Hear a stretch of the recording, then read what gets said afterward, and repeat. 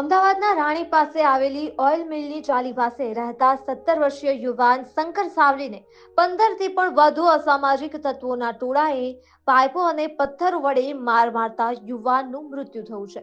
આરોપીઓએ જૂની અદાવત રાખી નશાની હાલતમાં મૃતકનો રાત્રે 12 વાગ્યે જન્મદિવસ શરૂ થવાનો હતો અને ત્યારે જ રાત્રે 11 વાગ્યે મોટી સંખ્યામાં આવી શંકર સાલ્વીને તેના ઘર પાસેથી જ પકડી રાણીપના બકરા મંડી લઈ જઈ તલવાર, પાઇપ અને હથિયારો વડે યુવાનને માર મારી મોત નિપજાવ્યું।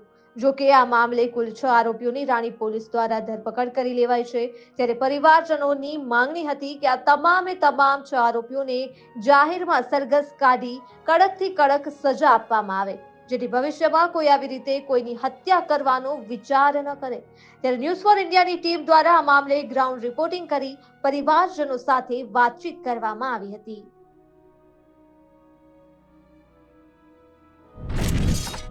નમસ્કાર દર્શક મિત્રો, ન્યૂઝ ફોર ઇન્ડિયા પહોંચી ગયું છે અમદાવાદના રાણીપ ખાતે આવેલ ઓઇલ મિલના છાપરામાં, જ્યાં નિર્મમપણે એક 17 વર્ષના યુવાનની હત્યા કરી દેવામાં આવી છે। આજકાલ પ્રેમ કોને નથી હતો, પરંતુ અહીં તો પ્રેમ પ્રકરણનો એક કરુણ અંજામ આવ્યો છે। જન્મદિવસના દિવસે જ રાત્રે જ યુવાનની નિર્મમપણે હત્યા કરી દેવામાં આવી છે। માત્ર એક યુવાન ઉપર 10 થી 15 લોકોએ હુમલો કર્યો છે અને તેનું મૃત્યુ નિપજાવ્યું છે। આપણી સાથે પરિવારજનો ઉપસ્થિત છે અને તેઓ માંગણી કરી રહ્યા છે કે જલ્દીથી જલ્દી આરોપીઓને સજા થાય, કેમ કે આરોપીઓ અન્ય ગુનાહિત કેસોમાં પણ સંકળાયેલા છે। ત્યારે આ લોકોને જલ્દીથી જલ્દી ઇન્સાફ મળે તેવી પરિવારજનો માંગ કરી રહ્યા છે। નિધિ વિષ્ણુભાઈ સાલવી। નિધિબેન, શંકર સાલવીની 17 તારીખે રાતે 15 જણાના ટોળાએ ક્રૂરતાથી હત્યા કરી છે, શું મામલો હતો? રાતે 11 સાડા 11ની વચ્ચે મારા દેવર અહીંયા બેઠા હતા। તેમને 20-25 જણાના ટોળા આવીને એમને ઘેરી લીધા અને પછી છરી ચક્કુ બતાવીને ધમકી આપીને બળ જબરજસ્તીએ ગાડી ઉપર બેસાડીને એમને અપહરણ કરીને ત્યાં બકરા મંડીએ લઈ ગયા। બકરા મંડીએ લઈ જઈને એમને પથ્થરથી મોટા મોટા પથ્થરથી લાકડીઓથી, લોખંડની પાઇપોથી અને બીજા બી બધા હથિયારોથી બહુ માર્યા છે અને એના લીધે હેમરેજ થઈને મારા દેવરનું મૃત્યુ થઈ ગયું છે। અમારે ન્યાય જોઈએ છે સર।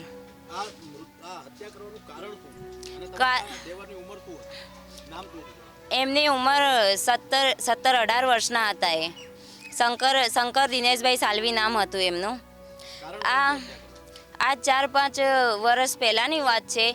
એ સંજય ઠાકોરની બેન જોડે એમનું પ્રેમ રિલેશન હતું, પણ 2 વર્ષથી કંઈ કશું એમની વચ્ચે કંઈ વાતચીત ના હોવા છતાં એ લોકોએ પહેલાંની અદાવત રાખીને મારા દેવરને એવી રીતે મોતની ઘાટે ઉતાર્યા છે। અને કોણ હતા આરોપીઓ, કોની ધરપકડ થઈ છે? અત્યારે તો સંજુ ઠાકોર, બિબલી ઠાકોર, કરણ ઠાકોર, પવન ઠાકોર, પૂનમ ઠાકોર અને ગોપાલ ઠાકોરની ધરપકડ કરી લીધી છે પોલીસવાળાએ। મારા છોકરાને માર્યો, લઈ ગયા, ગાડી ઉપર બેસાડ્યો સાહેબ। મેં જોયો તો બે બાન પડી ગઈ ને મારા છોકરાને એકલાને લઈને જતા રહ્યા। હું બાનમાં આવી ત્યારે હું મંડીમાં ગઈ તો મારા છોકરાને મારતા હતા। મારા છોકરાને માર્યો અને મને ન્યાય મળવું જોઈએ। મારા છોકરા ઉપર તો થઈ ગયો, હવે બીજા છોકરા ઉપર ના થવું જોઈએ અને મને ન્યાય મળે અને એને કડીથી કડી સજા મળે જોઈએ। મારો એ છે, એ તો જેલમાં મળી લેશે અને જામીન બી નહીં થવું જોઈએ, તેના છોકરાને મળી લેશે, વારણ કરી દેશે, બધું કરી દેશે। હું મારા છોકરાને ક્યાં મળવા જાઉં? મારો પેટનો અંડો જતો રહ્યો, આકડી લાકડીનો મારો જીવન સાથીવાળો જતો રહ્યો, તો મારો સારો કરવાવાળો તો જતો રહ્યો। મારે કેના જોડે જવાનું છે સાહેબ? મને કહો, મને ન્યાય અપાવો અને ના તો મારો છોકરો પાછો અપાઈ દો। જેવો હતો 17 તારીખ બેલો હતો કે બેઠેલો હતો ગમે ત્યાં પર મારા છોકરાને અહીં બેહાડી જાઓ અને મારો છોકરો મને લઈ આપો, મને બીજું કંઈ નહીં જોતો। શંકર સાલવીની હત્યા થઈ ગઈ, તમારા કોણ થાય? મારા ભાઈ થાય છે। તમારા ભાઈની હત્યા કરી દીધી, આરોપીઓ કોણ છે અને એમનો કેવો ઇતિહાસ છે? એ બધા છે ને નામચીન માણસ છે સાહેબ। એ બધા મર્ડર કેસ, ચોરી, ગુંડાગર્દી, બધી વાતે ઓલરાઉન્ડર છે। એ લોકો કંઈ કહેવા જેવું છે જ નથી। અમારા ઘરે એને લઈ ગયા અને હજી તેની ઉંમર 17 વર્ષની છે. પ્રેમનો સંબંધ ક્યાં નથી હોતો, દુનિયા કરે છે. એના માટે એને મૃત્યુ ના મળવી જોઈએ. આજે એ છે, કાલે બધા પ્રેમ તો બધા જ કરે છે, તો શું પ્રેમ કરવાના તમે આવી સજા આપવાના છો? મારું તો એ જ કહેવું છે. અને એટલું જણાવું છું ખાલી તમને બધાથી વિનંતી કરીને કે એને ન્યાય અપાવો. અમારે બીજું કશું જોતું નથી. એનો વરઘોડો કાઢો, દુનિયા જોવે કે આ મૃત્યુ કરવાવાળાઓને આવું સજા થવી જોઈએ, તો કોઈ બીજી ફરી વખતે થાય નહીં. અને એમને કડીથી કડી સજા અપાવો, એને ઉંમરકેદની સજા અપાવો, એને કોઈ જામીન બામીન કશું ના મળવું જોઈએ. આરોપીઓ પર કેવા કેવા ગુના રજીસ્ટર્ડ છે? એ લોકો મર્ડર કેસમાં છે, ગાંજાનો ધંધો, બીએ રાત, એ કહું છું ને બધા વ્યસનમાં એ કોઈ બાકી નથી એમ.